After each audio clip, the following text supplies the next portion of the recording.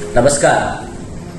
भारत देशाचे कार्यक्षम पंतप्रधान नरेंद्रजी मोदी साहेब यांच्या संकेतानुसार काल आपल्या भारत देशाचा अर्थसंकल्प केंद्रीय अर्थमंत्री माननीय निर्मला सीतारामन यांनी सादर केला आहे. या अर्थसंकल्पामध्ये विविध प्रकारच्या योजनांचा लाभ प्रत्येक नागरिकाला मिळणार आहे.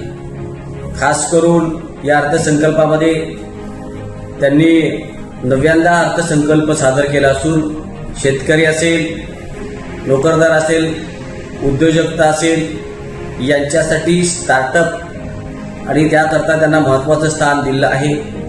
देशाची अर्थव्यवस्था मजबूत करण्यासाठी तात्कालीन आणि दीर्घकालीन योजना ज्या आहेत त्यांची घोषणा त्यांनी काल केली आहे. या अर्थसंकल्पामध्ये देशाच्या विकासाला ठोस अशी गती मिळाली पाहिजे याकरता विविध प्रकारचे अर्थसंकल्प यामध्ये मांडले आहेत. खास करून महाराष्ट्राकरता पायाभूत सुविधा दळणवळणावर भर देण्यात आलेला आहे.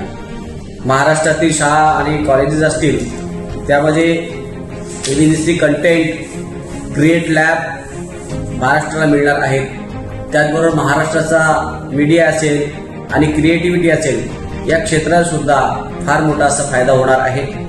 महिलांच्या नेतृत्वाखाली उद्योजकतेला चालना मिळणार आहे. ग्रोथ हबसाठी 5,000 कोटी, आत्मनिर्भर भारत अंतर्गत 2,000 कोटीचा अतिरिक्त निधी क्लस्टर विकास आणि उद्योगांच्या इकोसिस्टमसाठी अर्थसहाय्य, तसेच कृषी आणि मत्स्य पालन उद्योजकांना नवसंजीवनी म्हणून 57 एकात्मिक मत्स्यपालन आणि जलोत्सत्राचा विकास केला जाणार. त्याचबरोबर आपल्या देशातील नारळ उत्पादन असेल, काजू उत्पादन असेल किंवा कोक उत्पादन असेल याकरता विविध प्रकारचे स्वतंत्र कार्यक्रम राबवले जातील. दुग्ध व्यवसाय असेल, कुक्कुटपालन असेल किंवा पशुसंवर्धन असेल याकरता सुद्धा विशेष सहकार्य दिले जाणार आहे. महाराष्ट्रातील शेतकरी समृद्ध आणि संपन्न होणार आहे.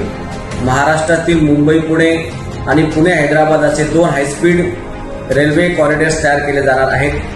पर्यावरणपूरक प्रवासी रेल्वे प्रणाली निर्मिती केली जाणार आहे.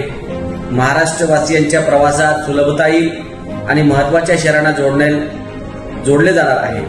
इत्यादी सर्व गोष्टी या केंद्रीय अर्थसंकल्पामध्ये 2026-27 करता तरतूद केली आहे. याकरता निर्मला सीतारामन आणि देशाचे पंतप्रधान नरेंद्र मोदी साहेब यांचं या ठिकाणी खूप खूप मी अभिनंदन करतो.